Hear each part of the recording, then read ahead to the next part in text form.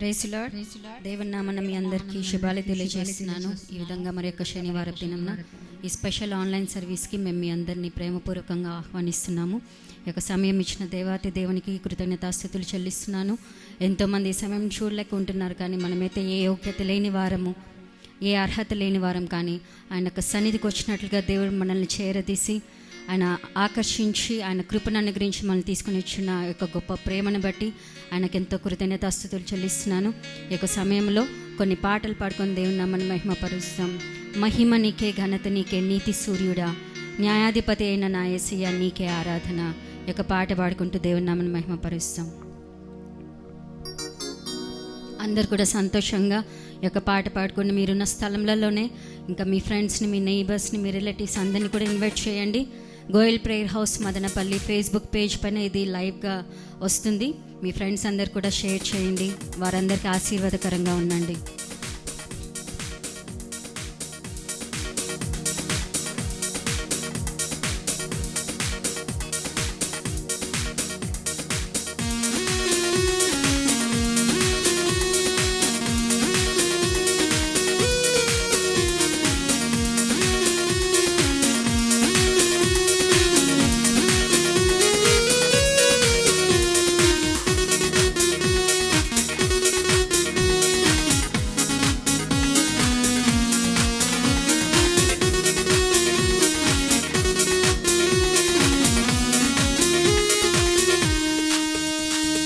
మహిమనికే, ఘనతనికే, నీతి సూర్యుడా.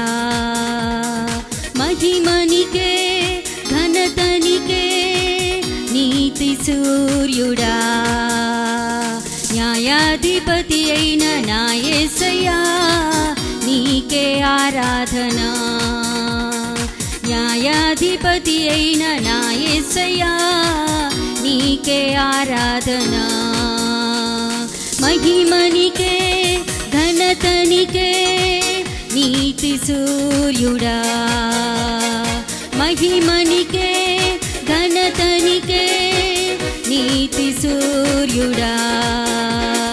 న్యాయాధిపతి అయిన నా యేసయ్యా నీకే ఆరాధన. న్యాయాధిపతి అయిన నా యేసయ్యా నీకే ఆరాధన.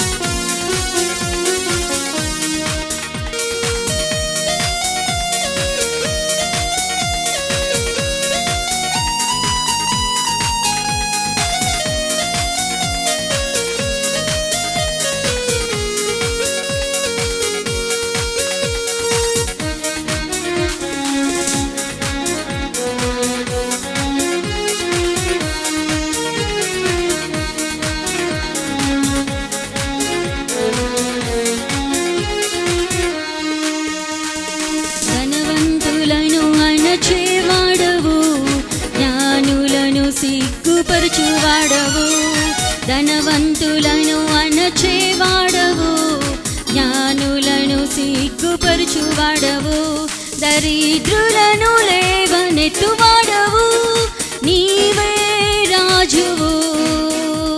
దరిద్రులను లేవనెత్తువాడవు, నీవే రాజువు. యుద్ధ వీరుడా, శూరుడా, లోకాన్ని గెలిచిన నా యేసయ్యా. యుద్ధ వీరుడా, శూరుడా, లోకాన్ని గెలిచిన నా యేసయ్యా. మహిమనికే, ఘనతనికే, నీతి సూర్యుడా. మహిమనికే, ఘనతనికే, నీతి సూర్యుడా. న్యాయాధిపతి అయిన నా యేసయ్యా నీకే ఆరాధన. న్యాయాధిపతి అయిన నా యేసయ్యా నీకే ఆరాధన.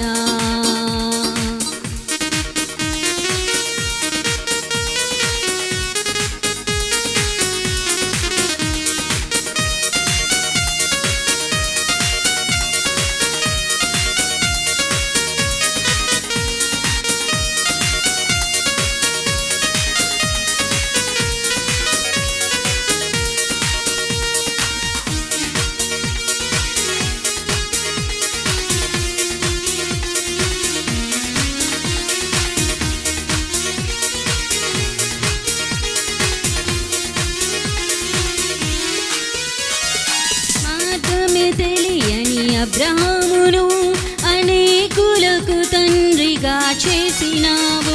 నెట్టివేయబడిన యోసేపుచే అనేకులను కాపాడినావు. మార్గమే తెలియని అబ్రహామును అనేకులకు తండ్రిగా చేసినావు. నెట్టివేయబడిన యోసేపుచే అనేకులను కాపాడినావు. దరిద్రులను లేవనెత్తువాడవు నీవే రాజువు. దరిద్రులను లేవనెత్తువాడవు నీవే రాజువు. యుద్ధ వీరుడా శూరుడా లోకాన్ని గెలిచిన నా యేసయ్యా. యుద్ధ వీరుడా శూరుడా లోకాన్ని గెలిచిన నా యేసయ్యా. మహిమనికే ఘనతనికే నీతి సూర్యుడా. మహిమనికే ఘనతనికే నీతి సూర్యుడా. న్యాయాధిపతి అయిన నా యేసయ్యా నీకే ఆరాధన. న్యాయాధిపతి అయిన నా యేసయ్యా నీకే ఆరాధన.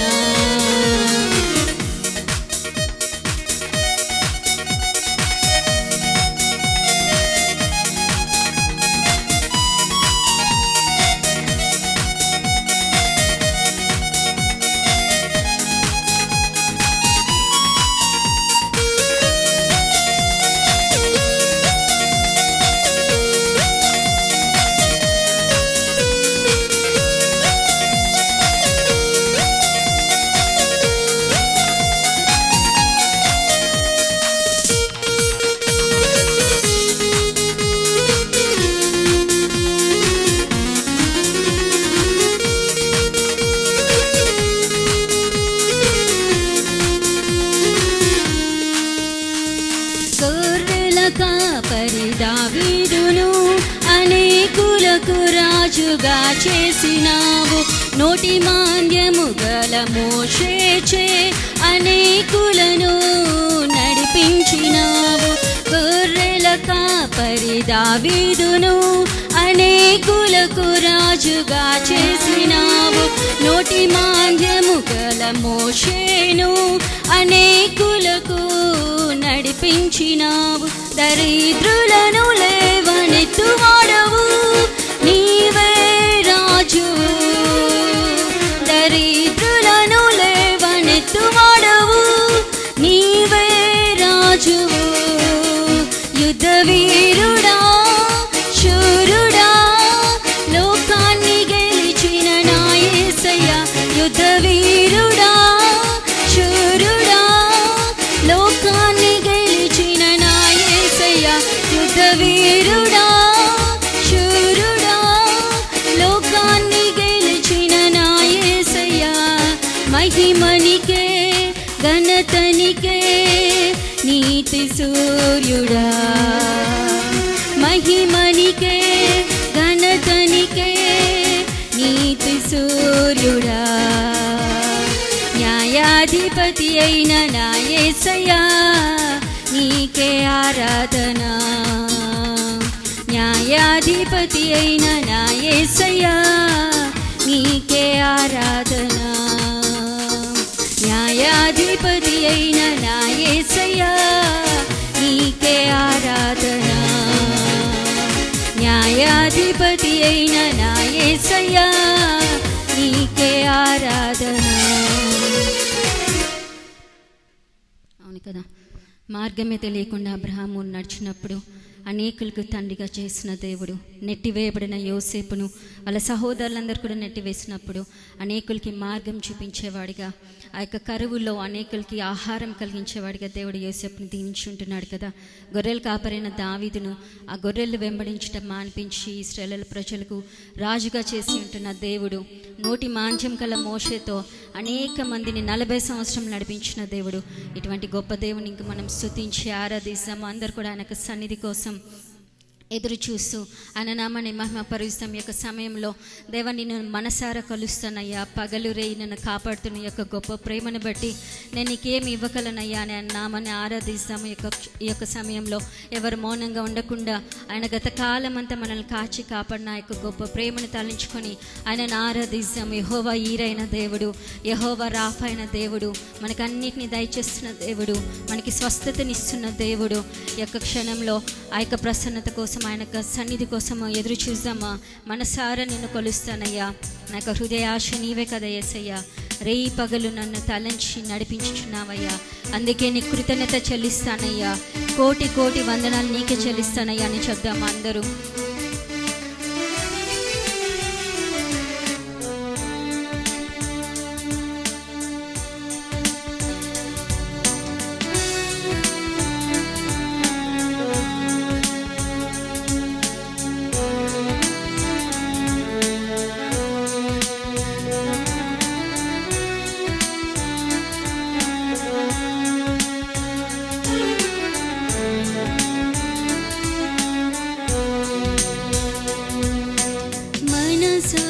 కొలుతునయ్యా,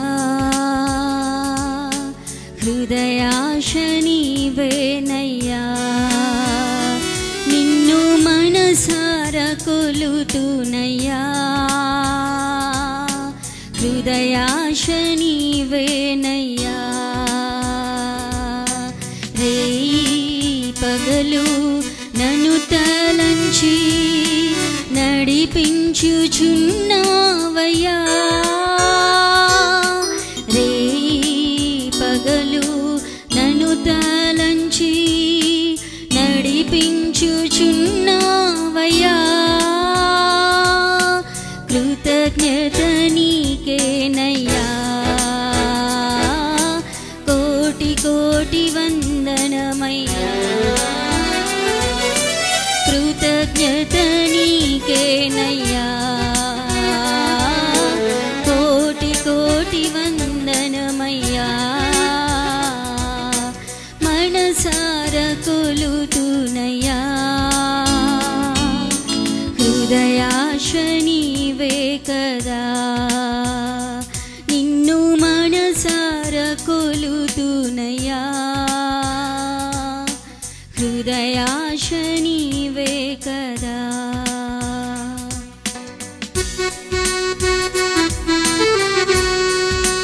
ఎబెనేజర్ నీవేనయ్యా, నన్ను ఆదుకున్నావేసయ్యా.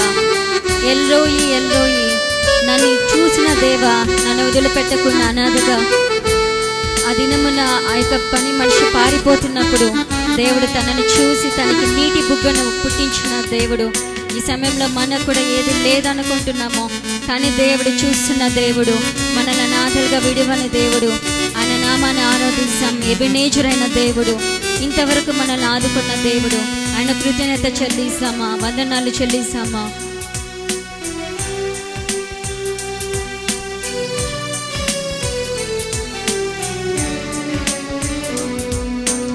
ఎబెనేజర్ నీవేనయ్యా,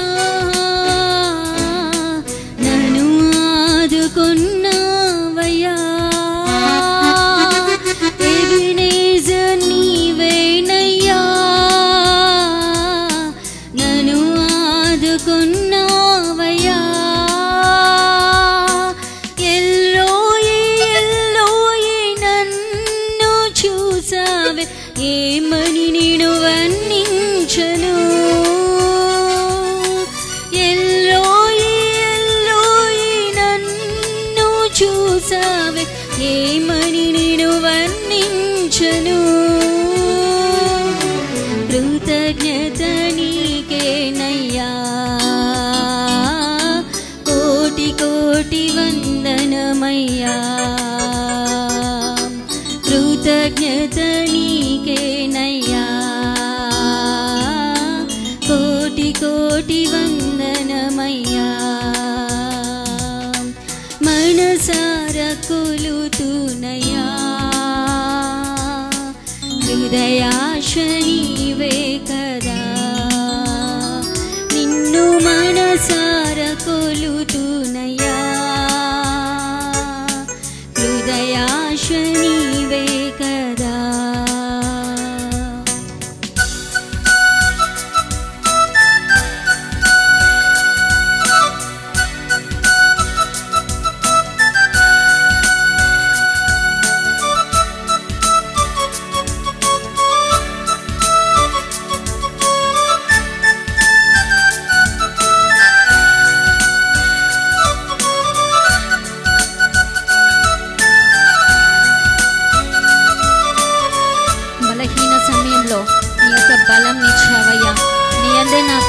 చాలదేసయ్యా. అస్వస్థతగా ఉన్నప్పుడు, అనారోగ్య సమయంలో ఉన్నప్పుడు నాకు స్వస్థతనిచ్చిన పరమ వైద్యుడైన యేసయ్యా, కృతజ్ఞత నీకే చెల్లిస్తాను యేసయ్యా. మనసారా నిన్ను కొలుస్తాను యేసయ్యా అని చెప్పాము.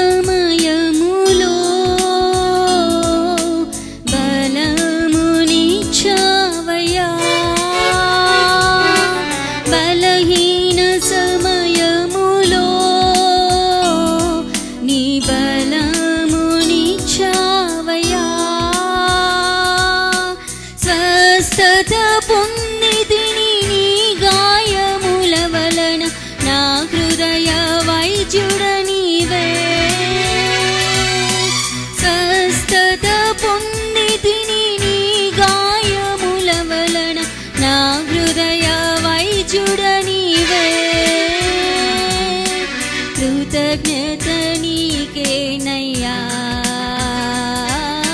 కోటి కోటి వందనమయ్యా.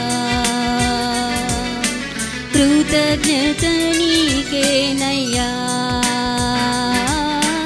కోటి కోటి వందనమయ్యా. మనసార కొలుతునయ్యా,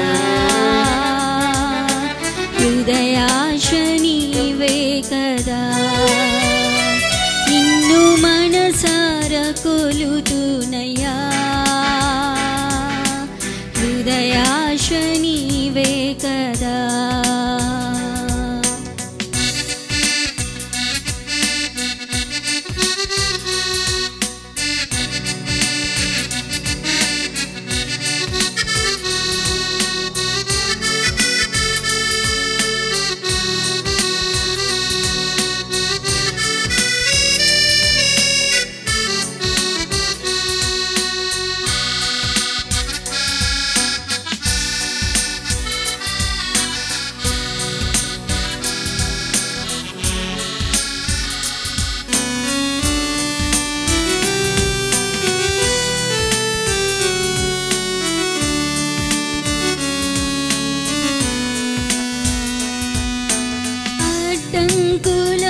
చితివి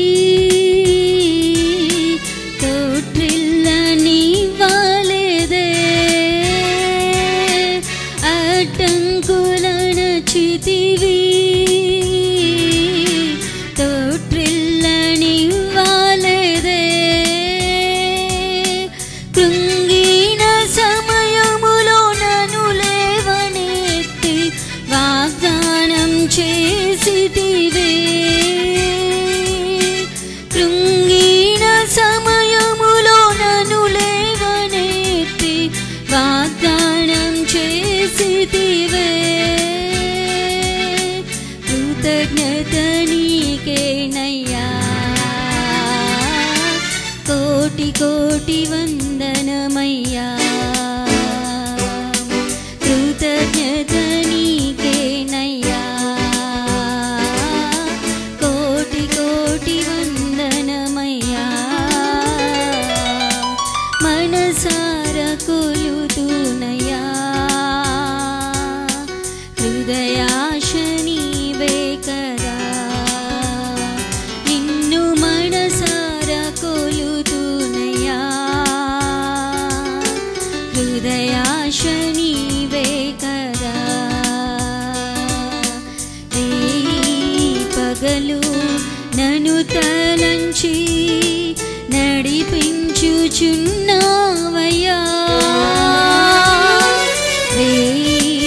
పగలు నన్ను తలంచి నడిపించుచున్నావయ్యా. కృతజ్ఞత నీకేనయ్యా, కోటి కోటి వందనమయ్యా.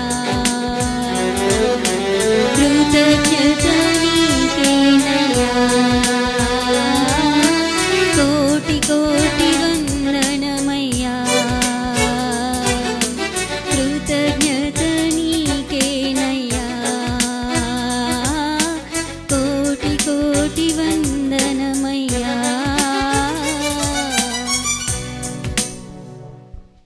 ఇంకా సమయంలో ఇంతవరకు దేవుడు మనకు ఆయన యొక్క సన్నిధిని ప్రసన్నతను అనుభవించడానికి ఇచ్చిన ధన్యతను బట్టి ఆయన నామానికి కృతజ్ఞతాస్తుతులు చెల్లిస్తూ ఇక సమయంలో దైవ వాక్కుని వినటానికి మనమందరూ కూడా సిద్ధపడి ఎదురు చూస్తున్నారని అనుకుంటున్నాను. అందరు ఈ యొక్క ప్రశస్తమైన సమయంలోకి వచ్చింటున్నాం కాబట్టి ఇప్పుడైనా కూడా మీ ఫ్రెండ్స్కి షేర్ చేయండి. ఇంకా మీ ఫ్రెండ్స్ అందరినీ కూడా ఇన్వైట్ చేయండి. ఈ యొక్క వాక్యం దొరకని కాలంలో ఒకటి వస్తుందంట, అన్నపానంలో లేకపోవటం వలన కలుగు క్షామం కాకుండా దేవుని వాక్యం దొరకకపోవటం వాళ్ళకి కలిగే క్షామంగా ఉంటుంది. కాబట్టి ఆ యొక్క సమయం రాకముందే ఎప్పుడైతే వాక్యం దొరుకుతుందో అప్పుడు దోచుకునేటట్లుగా కీర్తనకారుడు చెప్పినట్లుగా విస్తారమైన దోపు సంపాదించిన వాళ్ళే నిలిచిన వాక్యం బట్టి నన్ను సంతోషిస్తున్నాను అంటున్నాడు కదా.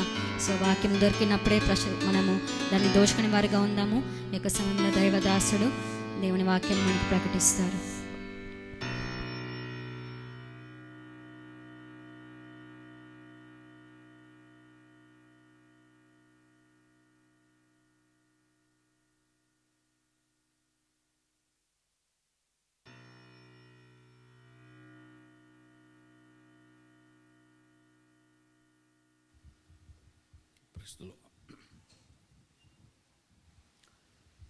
Praise the Lord. హల్లెలూయా. ప్రభునందు ప్రియమైన దేవుని ప్రజలారా, ఈ మంచి సమయంలో దేవుని యొక్క కృపాసనతో చేరి ప్రభువును స్తుతించి ప్రభువును ఘనపరచడానికి ప్రభువు తన యొక్క కృపను బట్టి మనకు సహాయం చేశాడు. ఈ యొక్క మంచి సమయంలో కృపల వాక్యమును ధ్యానిస్తూ ప్రభువును ఘనపరచుదాం. మీరెంత బాగున్నారా?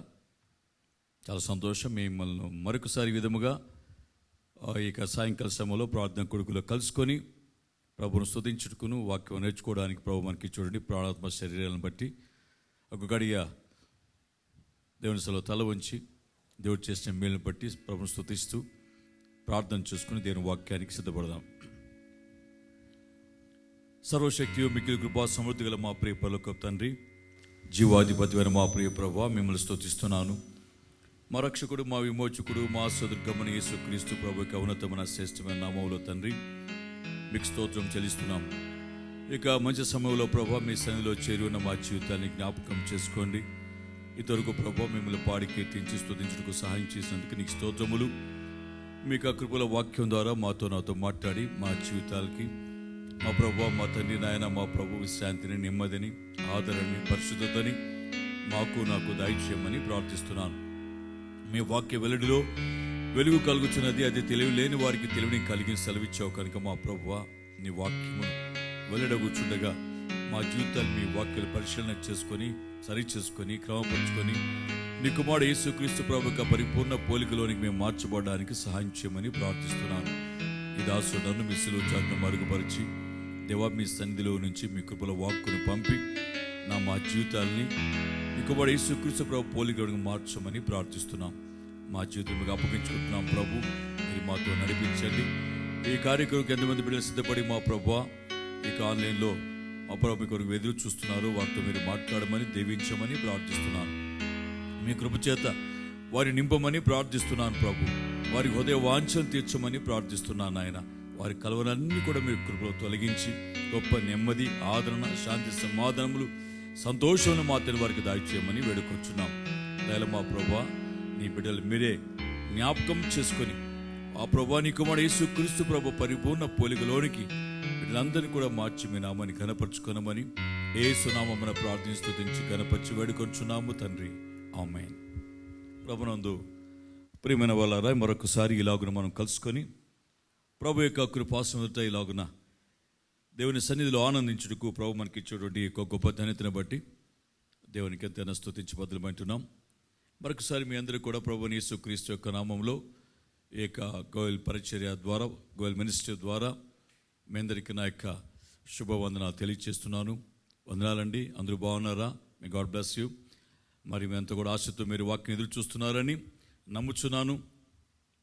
ఆయన కొరకు ఎదురు చూచువారు ధన్యులు. భక్తుడు ప్రార్థిస్తూ ఇర్మియా అంటున్నారు, ప్రభువా నీ వాక్యము నాకు దొరకగా నేను దాన్ని భుజించదని. నీ వాక్యం నాకు సంతోషాన్ని కలిగిస్తున్నది కనుక దేవుని వాక్యం కోసం ఎదురు చూస్తూ ఉన్నాం. ఈ సమయంలో దేవుని యొక్క వాక్యంలోంచి హెబ్రీ పత్రిక 13వ అధ్యాయంలో 5వ వచనంలో ఒక మాట రాయబడి ఉంది. ఆ వాక్యం మనం చూసుకున్నట్లయితే, ఒక ధనాపేక్ష లేని వారై మీకు కలిగిన వాటితో తృప్తి పొంది ఉండండి. మిమ్మల్ని ఏమాత్రమును విడవను, నేనెన్నడూ ఎడబాయను అని ఆయనే చెప్పాను కదా. కాబట్టి ప్రభువు నాకు సహాయకుడు, నేను భయపడను, నరమాత్రుడు నన్ను ఏమి చేయగలరు అని మంచి ధైర్యముతో మనము చెప్పగలవారమై ఉన్నాము అనే మాట చాలా చక్కగా, ఎంతో గొప్ప ధైర్యాన్ని నింపేదిగా ఈ మాట మనకు కనిపిస్తుంది. ప్రియమైన వాళ్ళరా, ఈ యొక్క సమయంలో ఈ లేఖనంలో దాచబడిన సత్యాన్ని చూసినట్లయితే, నిన్నెన్నడూ ఎడబాయను, నిన్నెన్నడూ ఏమాత్రం కూడా విడవను అని ఆయనే చెప్పాడు కదా.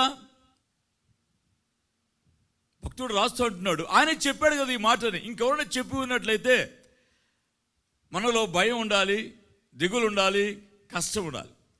కానీ ఆయన చెప్పాడు, నేనేమాత్రం విడవను, నేను ఎన్నడూ కూడా ఎడబాయను అని ఆయన చెప్పాడు.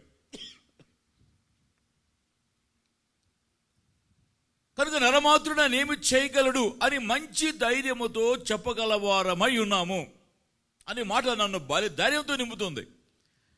ఈ లేఖనం చదివేటువంటి ఈ ఆజ్ఞను జ్ఞాపకం చేసుకున్నప్పుడు నేను ఎంతో ధైర్యముతో నింపబడి ముందుకు సాగిపోతున్నాను ఈ ఆధ్యాత్మిక యాత్రలో. నా ప్రియమైనటువంటి దేవుని ప్రజలారా, మనందరి జీవితాల్లో ధైర్యంగా ఉండాలని అనుకుంటాం, కానీ కలవరంతోనే మన జీవితాలు ప్రారంభమవుతాయి. కలవరంతోనే నడుస్తున్నాం, కలవరంతోనే ముగిస్తున్నాం దినాన్ని. భయం, ఆందోళనతో గురి అవుతూ ఉన్నాం మనం ఎప్పుడు కూడా. ప్రియమైన వాళ్ళరా, జాగ్రత్తగా గమనించి చూసినట్లయితే, మరి ఈ యొక్క వాక్యాన్ని ఆధారం చేసుకొని ఏ సమయంలో దేవుడు మనల్ని ఎలాగూ మనల్ని విడనాడకుండా ఆయన మనతో ఉన్నాడు అన్న దానికి వచ్చి ఒకే అంశము, ఈ 4 సువార్తలో రాయబడిన మాటని ఒకే అంశమే చాలా స్పష్టంగా మనం ఎన్నోసార్లు మనం విని ఉంటాం. కానీ ఈ రోజున ఈ వాక్యం ద్వారా మనము ఇంకా కొంత ఆత్మీయంగా ఎదుగుదామని ప్రభు ప్రేమను బట్టి నేను మీకు తెలియచేస్తున్నాను. ప్రియులారా, ఈ యొక్క లేఖనంలో మరి మత్తయి సువార్తలో మనం చూసినట్లయితే ఓ మాట రాయబడి ఉంది. మత్తయి సువార్త 8వ అధ్యాయంలో 22 నుంచి మనం చూసినట్టు ఒక వాక్యం రాయబడి చదువుకుందాం. మత్తయి సువార్త 8వ అధ్యాయము 23వ వచనము. ఆయన దోణి ఎక్కినప్పుడు ఆయన శిష్యులు ఆయన వెంట వెళ్ళేరి. అంతటా సముద్రం మీద తుఫాను లేచినందున ఆ దోణి అలల చేత కప్పబడెను. అప్పుడు ఆయన నిద్రించుచుండగా వారు ఆయన వద్దకు వచ్చి, ప్రభువా, కనుక గమనించండి, ఆయన వారితో పాటు బయలుదేరి వెళ్ళాడు, ఆయన ఉన్నాడు, వాడు ప్రయాణిస్తున్నట్టు దోణిలో. అయితే అలలు దోణిలు కప్పివేసింది, అలల చేత నింపబడిపోయింది. అది వీరేమనుకుంటున్నారంటే, భయపడ్డారు వీరు. భయపడి వారు ఏం చేస్తున్నాడు, ప్రియమాలు యేసు వద్దకు వచ్చి లేపుతున్నారు. ఏమంటున్నాడు అక్కడ చదవండి వాక్యాన్ని. వారు ఆయన వద్దకు వచ్చి, ప్రభువా, నశించిపోచున్నాము, మమ్మల్ని రక్షించమని చెప్పి ఆయనను లేపి, అందుకు ఆయన, అల్ప విశ్వాసులారా ఎందుకు భయపడుచున్నారు అని వారితో చెప్పి లేచి గాలిని సముద్రమును గద్దించగా మిక్కిలి నిమ్మలమాయను. ఆ మిక్కిలి నిమ్మలమాయను అలల చేతు కప్పబడింది. ఇక్కడ వెంటనే ఆయన లేచి గద్దించినప్పుడు అలల చేతు కప్పబడినటువంటి యొక్క వారి జీవితం, ఆ బోటు మరి ఇప్పుడు ఎప్పుడైతే లేచి గద్దించాడో అది అణిగి మిక్కిలి నిమ్మలమాయను. హల్లెలూయా. మిక్కిలి నిమ్మలమాయను. ప్రియమైన వాళ్ళరా, 23వ వచనముని నిమ్మలమాయనకు వచ్చాడు. ఇంగ్లీష్ చదివినట్లేదు రాయబడింది అక్కడ. ఏముంది అక్కడ చదవండి వాక్యాన్ని. ఏమంటున్నాడు అక్కడ బాగా చూసినట్లయితే, ఇట్స్ సీజింగ్ అని రాయబడి, ఇట్స్ అగెనెస్ట్ అని రాయబడి. చూడండి ఒక మాటని, 23వ వచనాన్ని.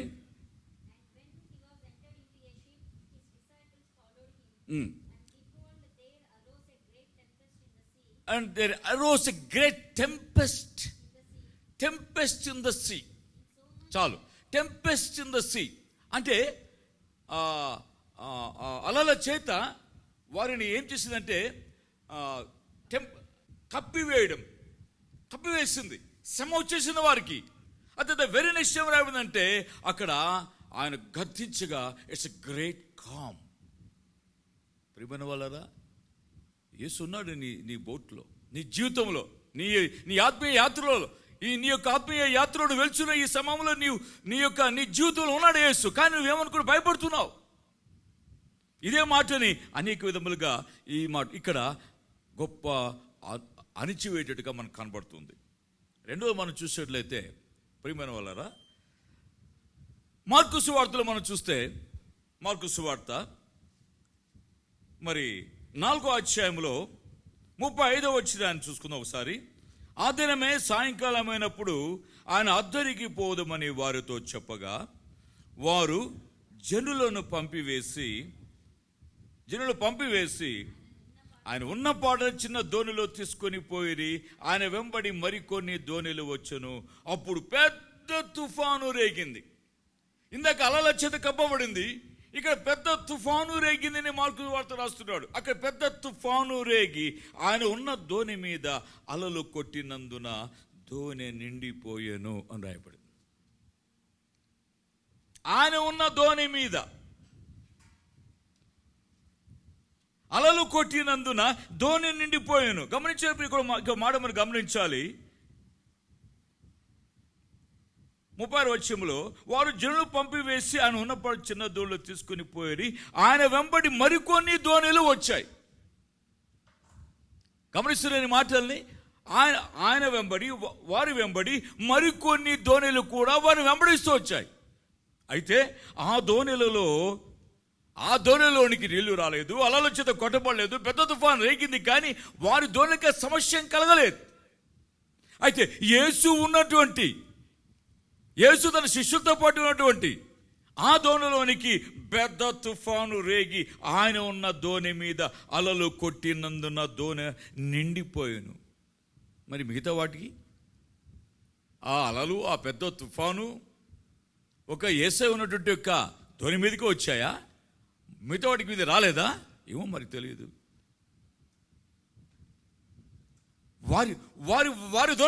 వారి దోణికి ఆ సమస్య కలగలేదు.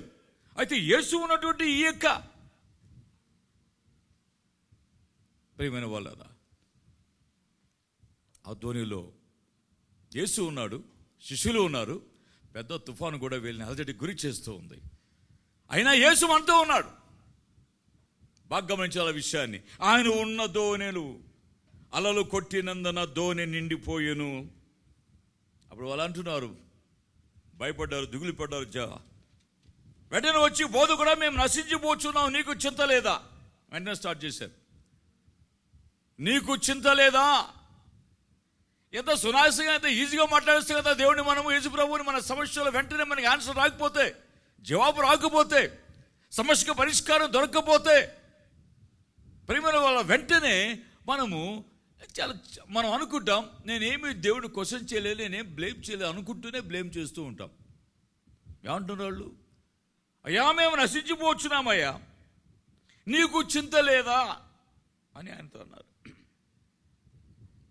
ఆయనకి చింత లేదా?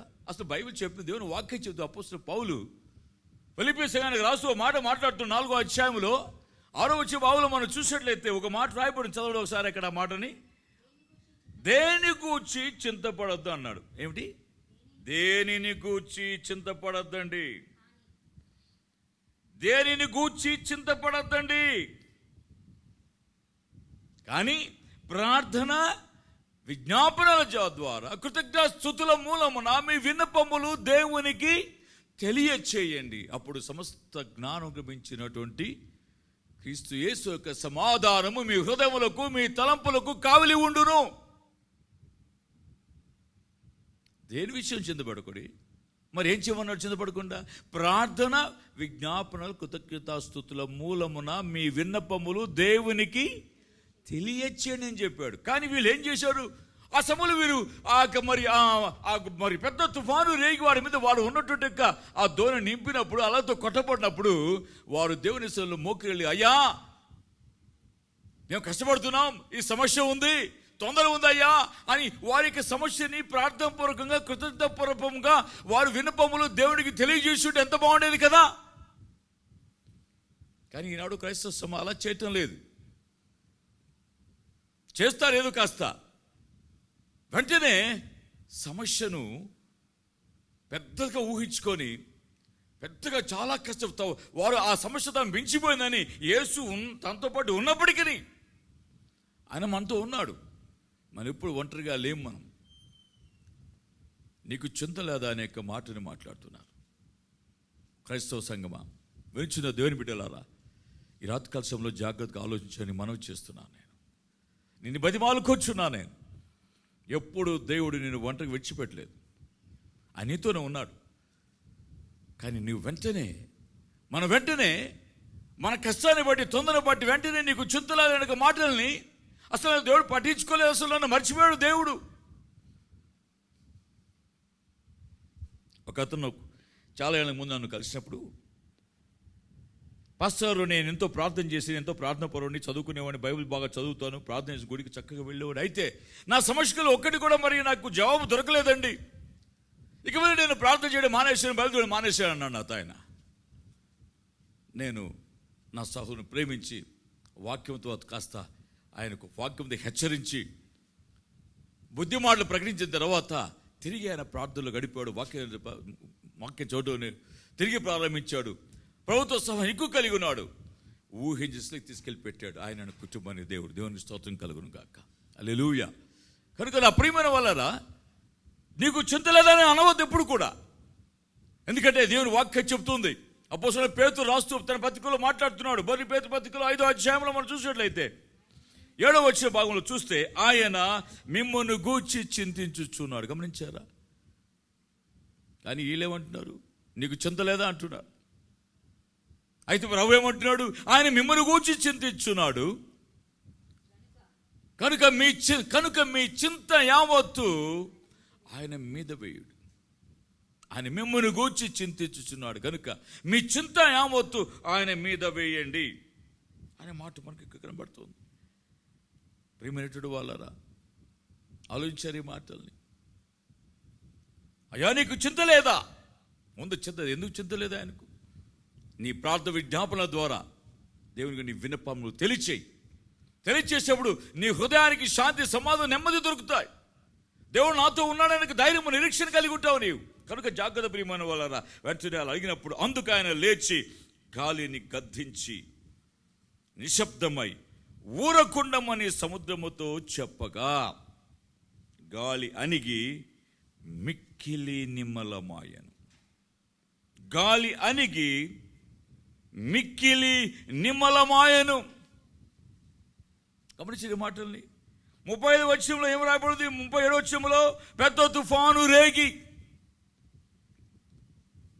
అయితే 39వ వచనంలో ఆ యొక్క సముద్రము గాలి అణిగి మిక్కిలి నిమ్మలమాయను. And there arose a great storm and there was a great calm. పెద్ద తుఫాను ఉంది అక్కడ. అయితే ఇక్కడ మరి గొప్ప సైలెన్స్. అణిగి అంచేశాడు దేవుడు. ఎందుకు? ఆయన ఉన్నాడు మనతో పాటు. ప్రియమైన వాళ్ళరా, ఆయన మనతోనే ఉన్నాడు. నేను ఒంటరికి విడిచిపెట్టలేదు ఆయన. ఓ భక్తుడు మాట్లాడితే ఏమంటాడంటే, చక్కటి మాట అది. తన అనుభవాలు చెప్తాడు. Better to go through storm with Jesus Christ than to have the smooth sailing without Jesus. యేసుతో పాటి సమస్యల గుండా పర్వాలేదు, కానీ యేసు లేకుండా నిమ్మలమైన ప్రయాణం వ్యర్థమది. గమనించారు ఈ మాటల్ని? Better to go through storm with Jesus Christ than to have smooth sailing without Jesus.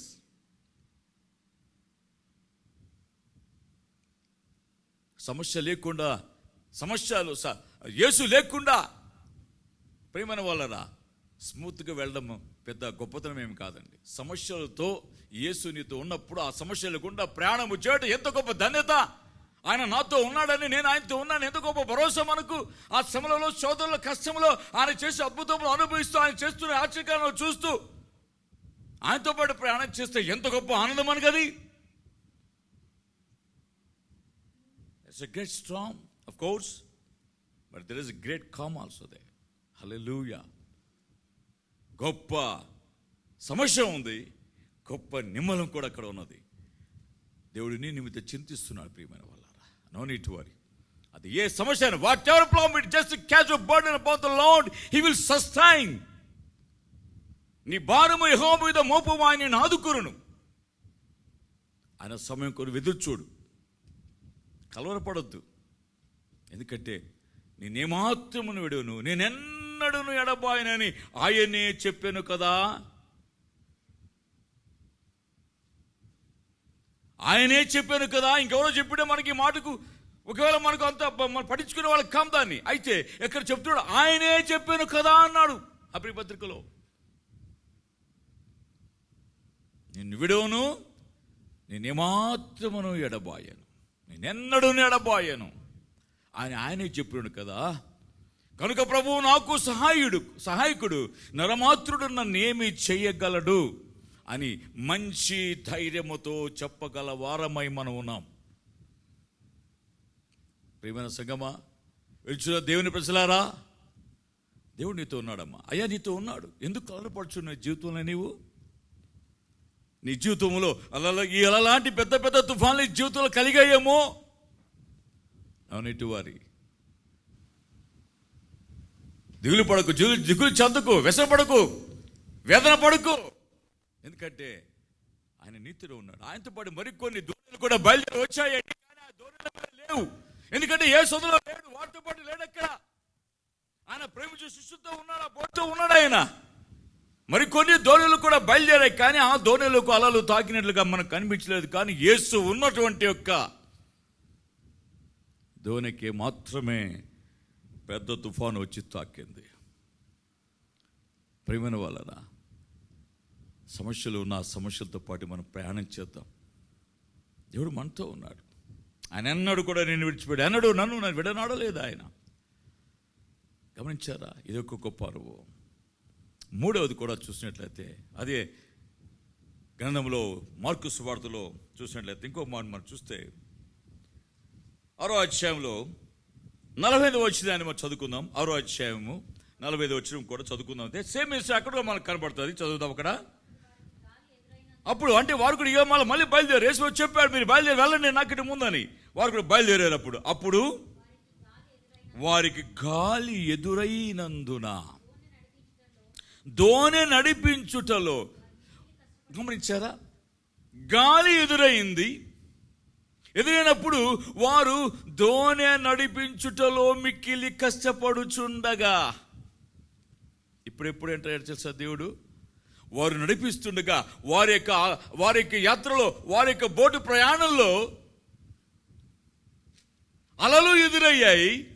అలలు ఎదురైనప్పుడు జరిగింది ఏంటంటే వారు మిక్కిలి ఆ దోణి నడిపించుటకు మిక్కిలి కష్టపడుచుండగా, మిక్కిలి కష్టపడుచున్నారు. చూసారా?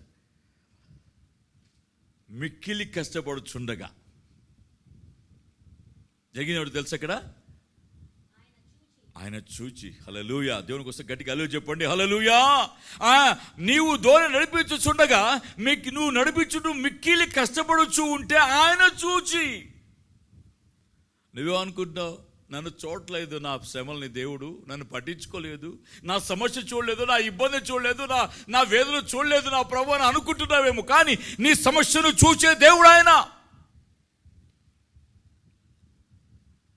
నిర్గమకాండలో మనకు కనిపిస్తుంది కదా, 2వ అధ్యాయంలో చివరి వచనాలు మనం చూసినట్లయితే ఐగుప్తు దేశంలో వారు గూర్చి, వారు పెట్టుచున్న మనల గూర్చి ఇలా మాట్లాడుతూ అంటున్నాడు. నిర్గమకాండం 2వ అధ్యాయంలో చివరి, అలాగునా అనేక దినము జరిగిన తర్వాత ఐగుప్తు రాజు చనిపోయాను. ఇశ్రాయేలీయులు తాము చేయుచున్న వెట్టి పనులను బట్టి నిట్టూర్పులు విడుచుచు మొరపెట్టుచుండగా తమ వెట్టి పనులను బట్టి వారు పెట్టిన మొర దేవుని యొద్దకు చేరెను. కాగా దేవుడు వాళ్ళు మూల్గులు విని అబ్రహాము ఇస్సాకు ఆయన చేసేటువంటి నిబంధనని ఆయన జ్ఞాపకము చేసుకొనేను. దేవుడు ఇశ్రాయేలీయులను చూచిన, దేవునికి చప్పట్లు కొట్టి దేవుని స్తుతించండి. హల్లెలూయా. దేవుడు ఇశ్రాయేలును చూచిన, వారి శ్రమను చూచిన, కష్టాన్ని చూచిన, వేదన చూచిన, దుఃఖము చూచిన, వారి బాధను చూచిన, వారి సమస్యలు అన్నిటి కూడా చూచిన దేవుడు ఆయన, చూచుచున్న దేవుడు ఆయన. వారి మిక్కిలి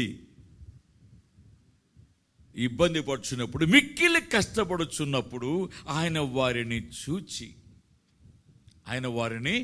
చూచి రాత్రి ఇంచుమించు 4వ జామున సముద్రం మీద నడుచుచు వారి వద్దకు వచ్చి వారిని దాటిపోలేనుండగా ఆయన సముద్రం మీద నడుచుట వలన వారు చూచి కేకలు వేశారు, భూతం దాల్చారు, పాపం కేకలు వేశారు.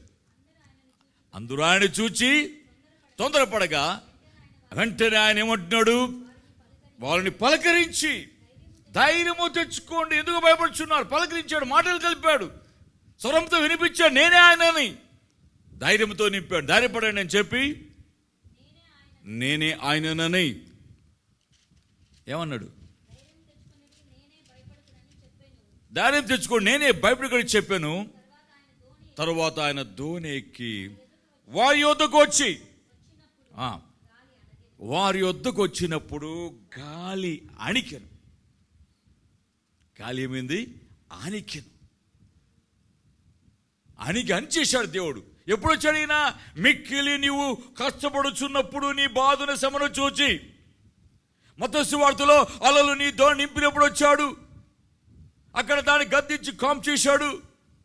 ప్రియమైన వల్ల మార్కు సువార్తలో నీవు ఆ పెద్ద తుఫాను వచ్చినప్పుడు ఆయన లేచి దాన్ని గద్దించి దాన్ని హెచ్చివేశాడు. ఇప్పుడు నువ్వు మిక్కిలి కష్టపడుచు ఉంటే చూచి, నీ బాధను చూచి, నీ శ్రమను చూచి, నీ వద్దకు వచ్చి ధైర్యపరిచి మాట్లాడి నీ దోణిలో ఎక్కి, ఆయన నీ దోణిలో ఎక్కగానే, ఆయన అడుగు పెట్టగానే కామైపోయింది. హల్లెలూయా. God bless you. చూసారా ఈ విధంగా ప్రభు ఈ విధంగా ఎలాగులు ఒక్కొక్కరిని తాకుతున్నాడు. అదే ఇన్స్టెంట్ పలు విధములుగా ఈ సువార్తలో చెప్పబడింది మనకి. ఒక మార్కులో 2 పర్యాయం రాయబడింది. అయితే మత్తయి, మార్కు, లూకా, యోహానులో చూసాడు ఒక్కోసారి రాయబడింది. మార్కులో మాత్రం 2 పర్యాయాలు మాట రాయబడింది. ఇప్పుడు లూకా సువార్త మనం చూసినట్లయితే ఆ విషయాన్ని బాగా గమనించండి. 8వ అధ్యాయంలో 23వ వచనంలో చూసినట్లయితే దేవుని వాక్యం రాయబడింది. లూకా సువార్త 8వ అధ్యాయము 23వ వచన భాగాన్ని మనం చూస్తే, వారు వెలుచుండగా ఆయన నిద్రించెను.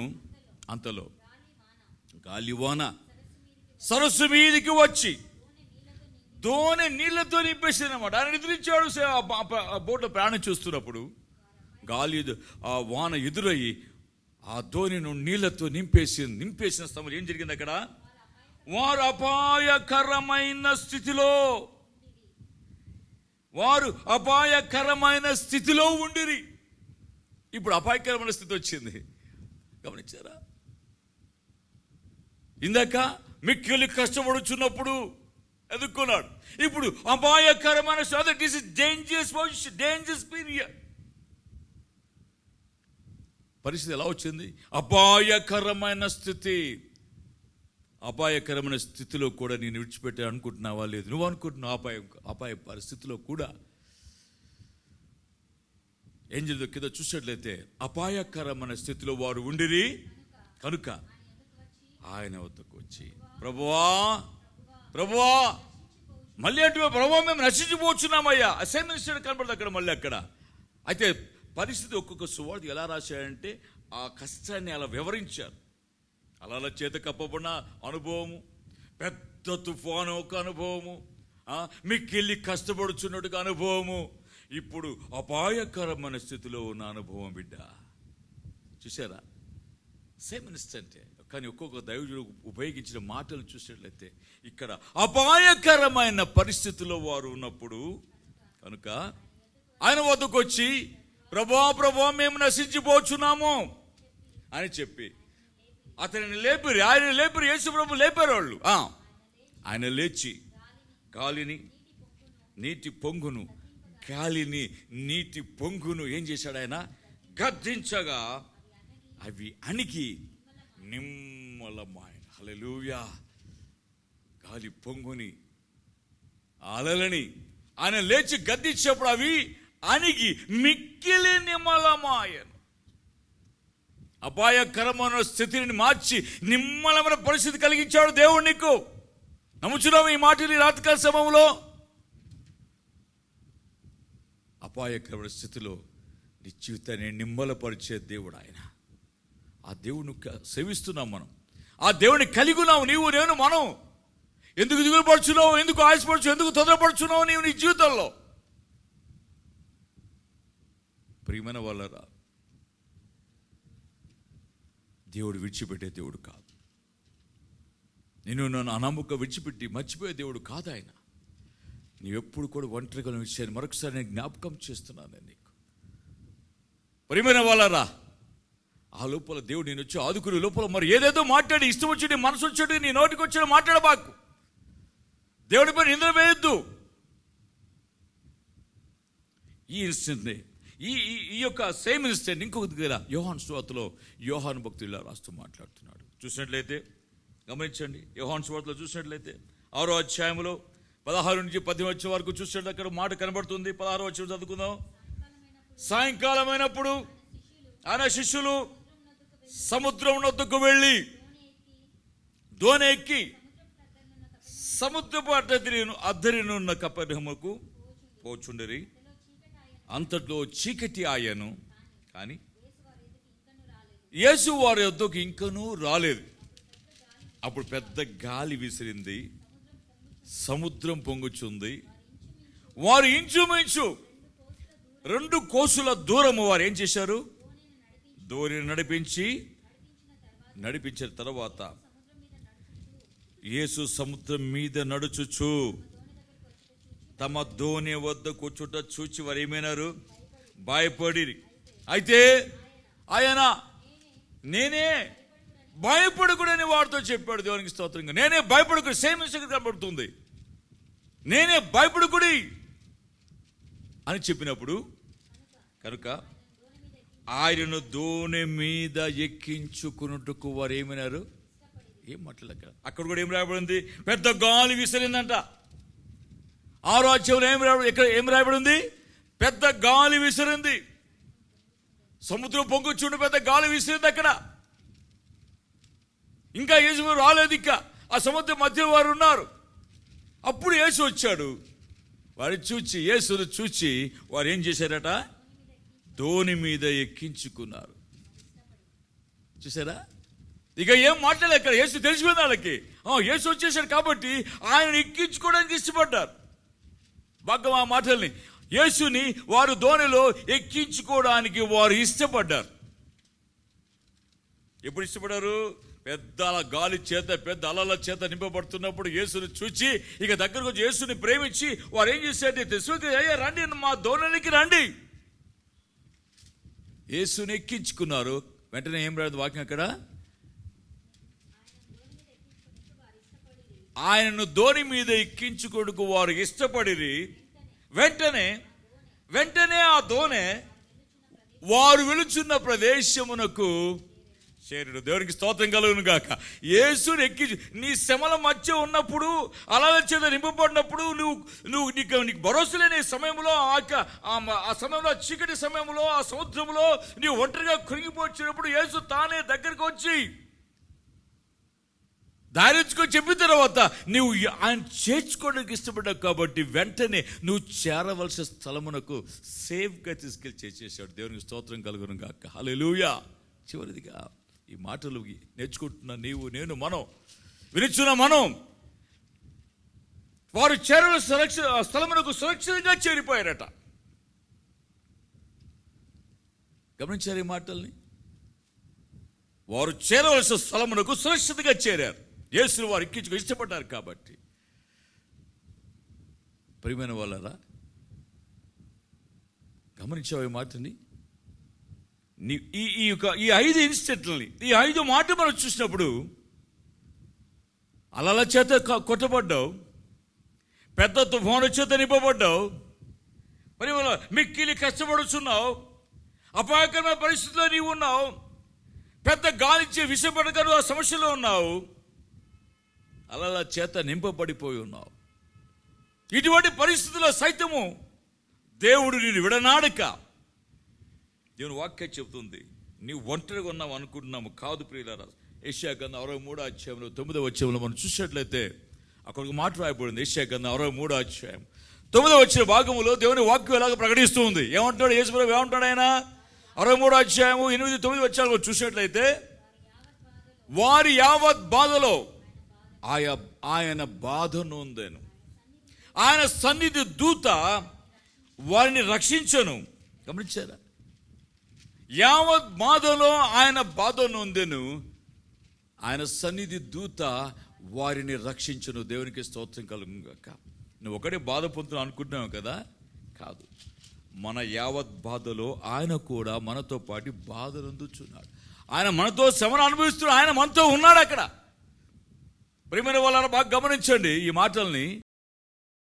ఉన్నాడు, సమస్యల మధ్య ఉన్నాడు, అలల మధ్య ఉన్నాడు, పెద్ద తుఫాను మధ్య ఉన్నాడు, మిక్కిలి కష్టపడుచున్నప్పుడు కూడా ఉన్నాడు ఆయన. ప్రియమైన వాళ్ళారా, ఈ సముద్రపు అలలు, ఈ గాలి తుఫానులు నిన్ను నన్ను మనల్ని ఏమీ చేయలేవనే విషయాన్ని ప్రభు ప్రేమపడి నీకు తెలియజేస్తుంది. యోబు గ్రంథంలో ఒక మాట రాయబడి ఉంది, ఇలాగ మాట్లాడుతున్నాడు. యోబు గ్రంథంలో 38వ అధ్యాయంలో మనం చూసినట్టు 11 వచ్చిన భాగంలో గమనించండి. 30-11 చూసినట్లయితే అక్కడ మాట ఉందని చదవండి. ఆ మాటని యోబు గ్రంథం 38:11లో, నీవు ఇంతవరకే కానీ మరి దగ్గరకు రాకూడదని ఇక్కడనే నీ తరంగముల పొంగు అనపబడునని నేను చెప్పి తిని కదా అని క్వశ్చన్ చేసి ఒక అతను. ఎందుకంటే పైమాలు చూసినట్లయితే సముద్రంలో మాట్లాడుతున్నాడు ఆయన. ఆ పైన 5-6 వచ్చాలు మనం చూసుకుంటూ వచ్చేట్లయితే అక్కడ కనబడుతుంది మనకు సముద్రం ముందు గద్దిస్తున్నాడు ఆయన. గమని చదివినట్టు ఆ మాటల్ని.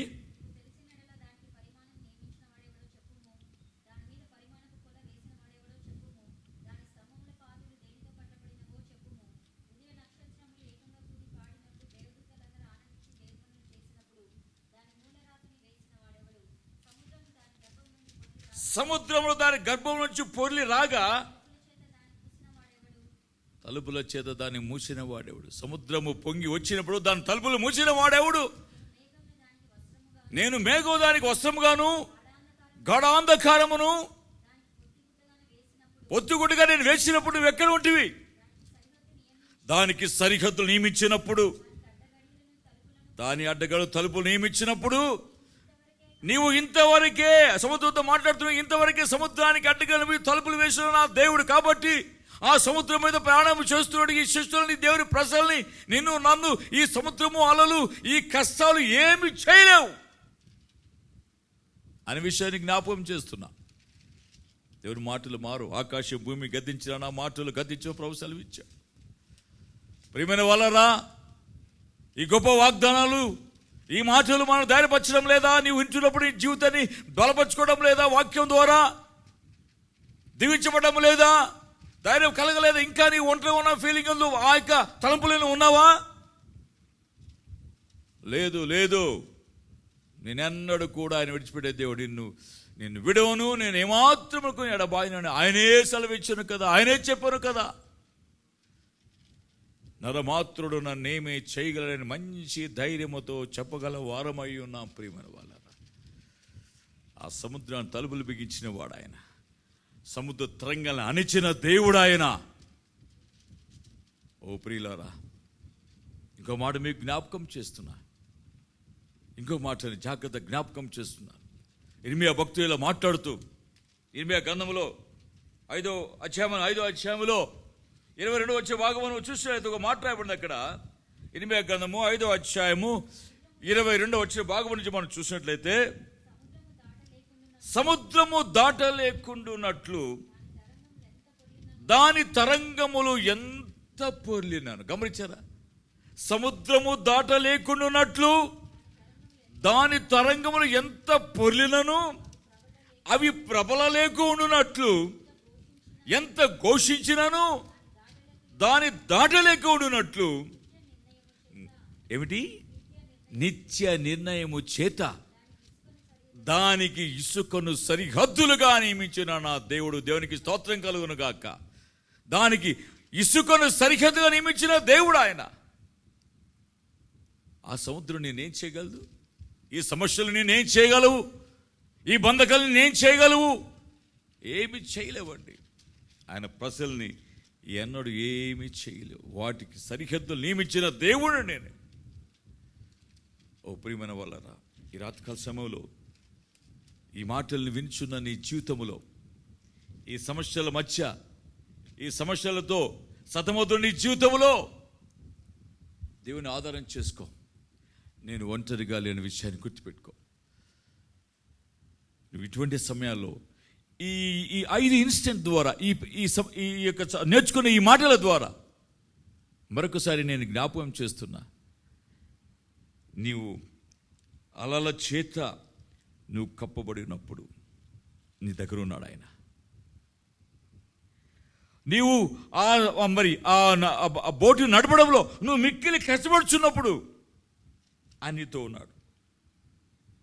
అపాయకరమైన స్థితిలో నీవు ఉన్నప్పుడు ఆయన నీతో ఉన్నాడు. పెద్ద గాలి నీ మీదకి విసిరినప్పుడు నీతో ఉన్నాడు.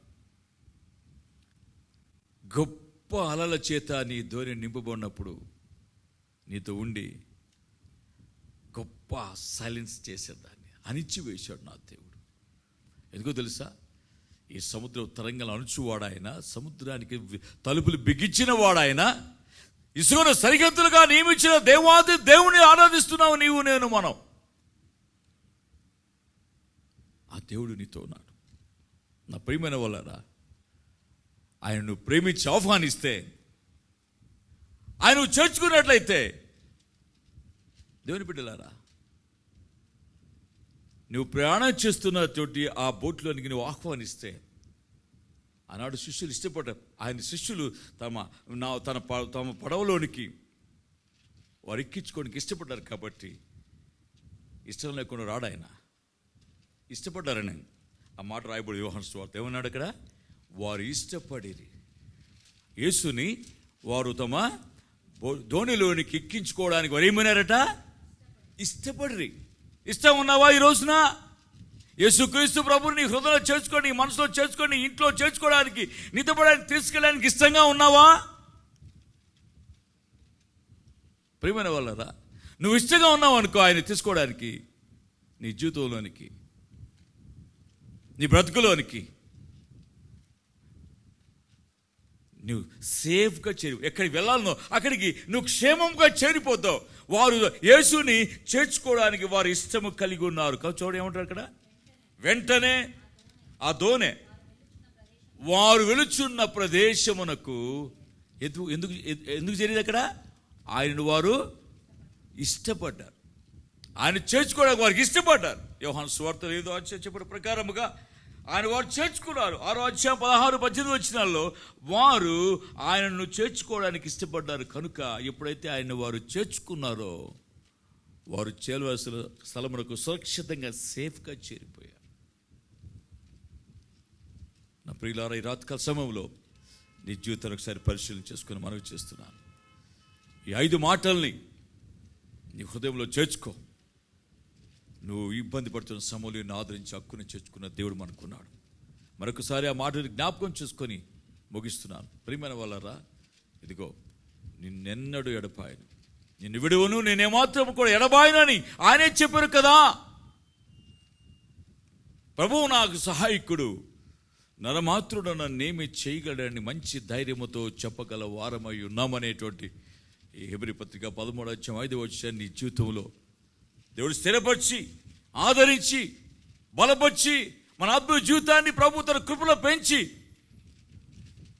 నీకు నాకు తోడై ఉండి సమస్య అన్నిటిలో నుంచి, భయ ఆందోళన అన్నిటిలో నుంచి కూడా కీర్తన 34 ప్రకారముగా నేను యెహోవాకు మొరపెట్టగా ఆయన నాకు ఉత్తరం ఇచ్చెను, నాకు కలిగిన భయములు అన్నిటిలో నుంచి ఆయన నన్ను తప్పించను. ఈ మాటలు జ్ఞాపకం చేసుకొని నీ కలిగే భయములో, నీ సమస్యలో, నీ శోధనలో, కష్టంలో, ఇబ్బందులో ఆ పరలోకపు తండ్రి మనతో ఉన్నాడు, నీతో ఉన్నాడు, నాతో ఉన్నాడు. ఒకడే నువ్వు నేను చేయవలసిందే. ఆ యొక్క ఫిలిప్పీయులకు పౌలు ఆలోచన ప్రకారంగా 4వ అధ్యాయంలో 6వ భాగములో దేని విషయము చింతపడకుండా ప్రతి విషయములో ప్రార్థన, విజ్ఞాపన, కృతజ్ఞతాస్తుతుల మూలమున, ఇది గుర్తుపెట్టుకోండి 3 కూడా. ఏ విషయంలో చింతపడకండి, కానీ ప్రార్థన, విజ్ఞాపన, కృతజ్ఞతతో కూడుకున్న స్తుతుల మూలమున నా విన్నపములు దేవునికి తెలియచేస్తాను. మనకు చెప్పదండి, ఎవరు వద్ద వెళ్ళి షేర్ చేసుకో, దేవుని చెప్పండి. నీ సమస్య వినడానికి సిద్ధంగా ఉన్నాడు ఆయన. విననేరుకున్నాడు ఆయన చెవులు మందరం కాలేదు బిడ్డల. కృతజ్ఞ స్తుతుల మూలమున నీ విన్నపములు దేవునికి తెలియచేయండి. తెలియచేయమని అంటున్నాడు ఆయన. తెలియచేయండి, అప్పుడు సమస్తమైన జ్ఞానం మించిన క్రీస్తు యేసు యొక్క సమాధానము మీ హృదయాలకి, మీ తలంపులకి కావలి ఉండ్రి నన్ను నడిపించును కాక. Amen. God bless you. God bless you. ఇంతవరకు మీరు ఎంతో ఓపికతో ఉండి దేవుని వాక్యం వినడానికి మీరు ఇష్టపడి వచ్చారు. దేవుడు మిమ్మల్ని దీవించుగాక. ఇక ప్రతి సాటర్డే జరగవచ్చుటువంటి ఇక కార్యక్రమంలో పాల్గొనండి. మీ కుటుంబంతో పాటు కూర్చోండి, పక్కవారికి చెప్పండి, ఇతరులకి తెలియచేయండి, బతిమాలండి, తీసుకొని రండి. ఆ కొనేలు కుటుంబాలే రండి, తీసుకొని దేవుని ఎదురు కూర్చోండి, దేవుని మాటలు వినండి, ఆయన ఘనపరచండి. ఆయన వాక్యం వింటే ధైర్యపడతావు, నేను ఆదరిస్తాడు, వాక్యం నేను మాట్లాడుతాడు, దేవుడికి హెచ్చరిస్తాడు, బుద్ధి చెప్తాడు, గద్దిస్తాడు, ఆయన రూపంలో పరిపూర్ణంగా మారుస్తాడు. ఆయన మనల్ని పొంగిన వారు లేవనెత్తే వాక్యం అది. తెలియలేని వారికి తెలివిని కలిగించే మాటలు ఇవి. ప్రియమైన వాళ్ళరా, ఈ మాటల కోసం ఇతరులు ప్రకటించు, ఇతరులను తీసుకునేరా, అందరి చేర్చు ప్రభు సన్నిధిలో. అగ్నిలో నుంచి లాగినట్లు కొంతమంది బిడ్డల్ని దేవుని కృపలో రక్షించడానికి ఇష్టపడు. ఆ బాధ్యత నువ్వు తీసుకో బిడ్డ. తిరిగి రేపు ఉదయం ఆరాధనలు కలుసుకుందాం. తిరిగి రేపు 10 గంటలకు ప్రభు కృపాసన చేరి దేవుని పాదాల చెంత చేరి ఆయన సన్నిధిలో పాడి కీర్తించి ఆరాధించి కృపల వాక్యం నేర్చుకుందాం. రండి, కూడి రండి. ప్రియమైన వాళ్ళ సమయం గతించిపోతుంది బిడ్డ. ఈ కష్టస్థితిలో, ఈ భయంకర ఈ పరిస్థితుల మధ్య మన దేశము, మన దేశ ప్రజల కొరకు, మన రాష్ట్ర ప్రజల కొరకు, ప్రపంచ దేశాల కొరకు మనం ప్రార్థించి విజ్ఞాపన చేయాల్సిన వారు అంటున్నాం. ప్రియమైన వాళ్ళ అది విన్న ఈ వాక్యము మనకేనా, ఈ ప్రజలకు కూడా చెప్పండి. వెళ్ళి అయ్యా యేసు ప్రభువు నమ్ముకోండి, నీ కష్టస్థితిలో తోడై ఉన్నాడని, అలాగే కపడ సమయంలో నీతో ఉన్నాడని, నువ్వు ఇబ్బంది పరచు నీతో ఉన్నాడని, ఆ గొప్ప శ్రమలో నీతో ఉన్నాడని నా ప్రభు బోధించి తెలియచేయండి. ఆయన వద్దకు రండి, సేఫ్గా ల్యాండ్ అయిపోతాం మనం వెళ్ళవలసిన స్థలానికి. తెలియచేయండి ఇతరులకి. God bless you. నా ప్రియమైన వాళ్ళరా, మన ఎంతో విన్నందుకై ప్రభుని యేసుక్రీస్తు నామములో మరొకసారి మీ అందరికీ నాకు శుభవందనము తెలియచేస్తున్నాను. రేపు ఆదుగురు కలుసుకుందాం. అందరూ మరి భయభక్తులతో రండి, ప్రభు సన్నిధిలో కూర్చొని ఎవరి మాటలు విందాం, ప్రార్థిస్తాం. దేవుడు కృప చూపించి నిన్ను కరికరించి ఆయన సన్నిధిలో ప్రభు మనల్ని చేర్చునుగాక. God bless you. చిన్న ప్రార్థన చేస్తాను, తల వంచండి. కృపల మా తండ్రి, ప్రేమాస్వరూపుడు మా ప్రభు, నేను స్తుతిస్తున్నాను. మా మంచి కాపురమైన మా ప్రభు, మీ కొందములు, మీ రాజ్యం ఏం చేశారు. నేను నిష్ప్రయోజకుడు దాసున్న తండ్రి, మీ కటాక్షం మాకు దయచేయం. మా తండ్రి, మాతో మీరు ఉన్నారు ప్రభు. అయినా మా శ్రమలలో మీరు మాతో ఉండి ఈ సమస్య అన్నింటిలోంచి మమ్మల్ని తప్పించి కాపాడిన దేవుడిగా మీరు మాకున్నందుకే మరొకసారి నేను స్తుతిస్తూ నమ్మకం మీ చేతులు మా జీవితాలు అప్పగించుకుంటూ రేపటి పునరుద్ధరణ దినముగా మమ్మల్ని ఆయుధపరిచి మీ నామాన్ని ఘనపరచుకోనమని యేసు నామమున ప్రార్థించి స్తుతించి ఘనపరిచి వేడుకొంచున్నాను తండ్రి. ఆమేన్.